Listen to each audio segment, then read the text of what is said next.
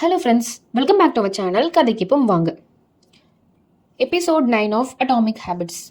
Forget about goals, focus on system instead.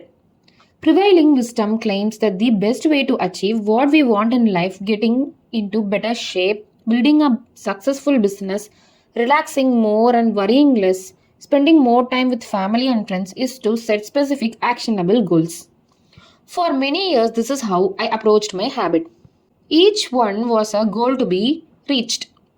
I set goals for the grades I wanted to get in school, for the weights I wanted to lift in the gym, for the profits I wanted to earn in business. I succeeded at a few, but I failed at a lot of them. Eventually, I began to realize that my results had very little to do with the goal I set and nearly everything to do with the system I followed. What's the difference between system and goals? It's a distinction I first learned from Scott Adams, the cartoonist. Behind the Dilbert comic, goals are about the results you want to achieve. Systems are about the processes that lead to those results. If you are a coach, your goal might be to win a championship. Your system is the way you recruit players, manage your assistant coaches, and conduct practice. If you were an entrepreneur, your goal might be to build a $1 million business. Your system is how you test product ideas, hire employees, and run marketing campaigns. If you were a musician, your goal might be to play a new piece. Your system is how often you practice, how you break down and tackle difficult measures, and your method for receiving feedback from your instructor. Now, for all the interesting question, if you completely ignored your goals and focused only on your system, would you still succeed?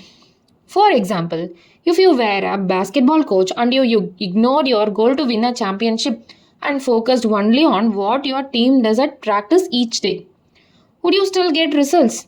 I think you would.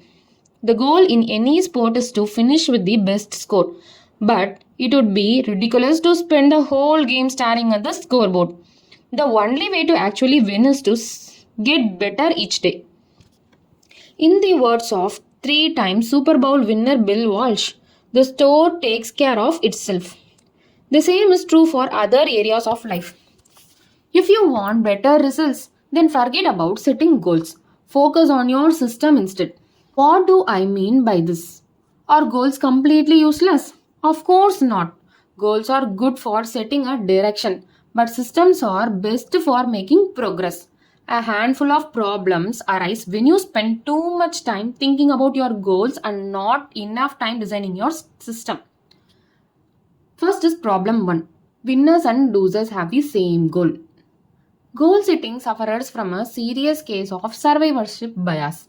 We concentrate on the people who end up winning, the survivors, and mistakenly assume that ambitious goals lead to their success, while overlooking all of the people who had the same objective but didn't succeed. Every Olympian wants to win a gold medal. Every candidate wants to get the job. And if successful and unsuccessful people share the same goal, then the goal cannot be what differentiates the winners from the losers. It wasn't the goal of winning the Tour de France that propelled British cyclists to the top of the sport. Presumably, they had wanted to win the race every year before, just like every other professional team. The goal had always been there. It was only when they implemented a system of continuous small improvements that they achieved a different outcome. Next is problem 2. Achieving a goal is only a momentary change. Imagine you have a messy room and you set a goal to clean it. If you summon the energy to tidy up, then you will have a clean room for now. But if you maintain the same sloppy, pat-rat habit that lead to a messy room in the first place, soon you will be looking at a new pile of clutter and hoping for another burst of motivation. You are left chasing the same outcome because you never changed the system behind it. You treated a symptom without addressing the cause. Achieving a goal only changes your life for the moment. That's the counterintuitive thing about improvement. We think we need to change our results, but the results are not the problem.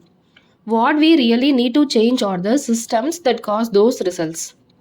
When you solve problems at the results level, You only solve them temporarily.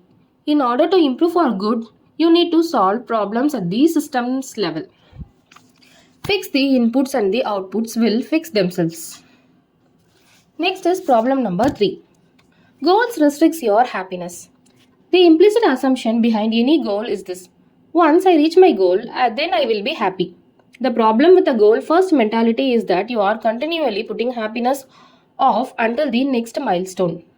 I have slipped into this trap so many times I have lost counts. For years, happiness was always something for my future self to enjoy.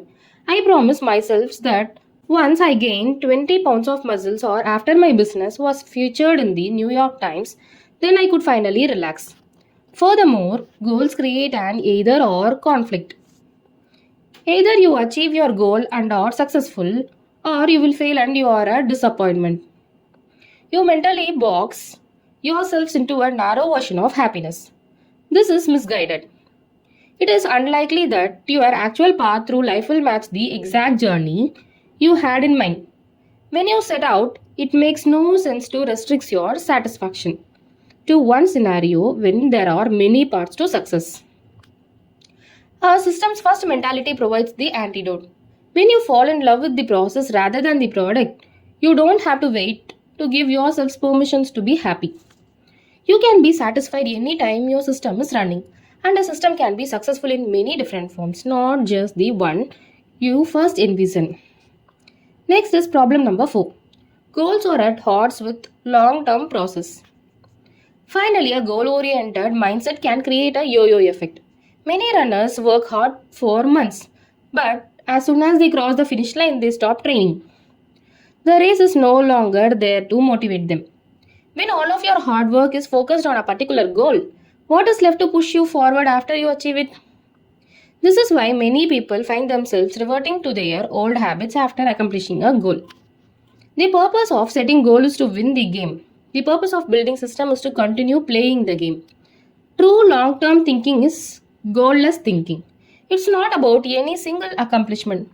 It is about the cycle of endless refinement and continuous improvement. Ultimately, it is your commitment to the process that will determine your progress. A system of atomic habits. If you are having trouble changing your habits, the problem isn't you. The problem is your system. Bad habits repeat themselves again and again, not because you don't want to change, but because you have the wrong system for change. You do not rise to the level of your goals. You fall to the level of your system. Focusing on the overall system rather than a single goal is one of the core themes of this book. It is also one of the deeper meanings behind the word atomic. By now, you have probably realized that an atomic habit refers to a tiny change, a marginal gain, a 1% improvement. But atomic habits are not just any old habits, however small. They are little habits that are part of a larger system. Just as atoms are the building blocks of molecules, atomic habits are the building blocks of remarkable results. Habits are like the atoms of your lives. Each one is a fundamental unit that contributes to your overall improvement. At first, these tiny routines seem insignificant, but soon they build on each other and fuel bigger wins that multiply to a degree that far outweighs the cost of your initial investment. They are both small and mighty. This is the meaning of a phrase atomic habits, a regular practice or routine that is not only small and easy to do but also the source of incredible power, a component of a system of compound growth. Next, we will see the chapter summary. Habits are the compound interest of self-improvement. Getting 1% better every day count for a lot in the long run. Next is habit or double-edged sword. They can work for you or against you, which is why understanding the details is essential.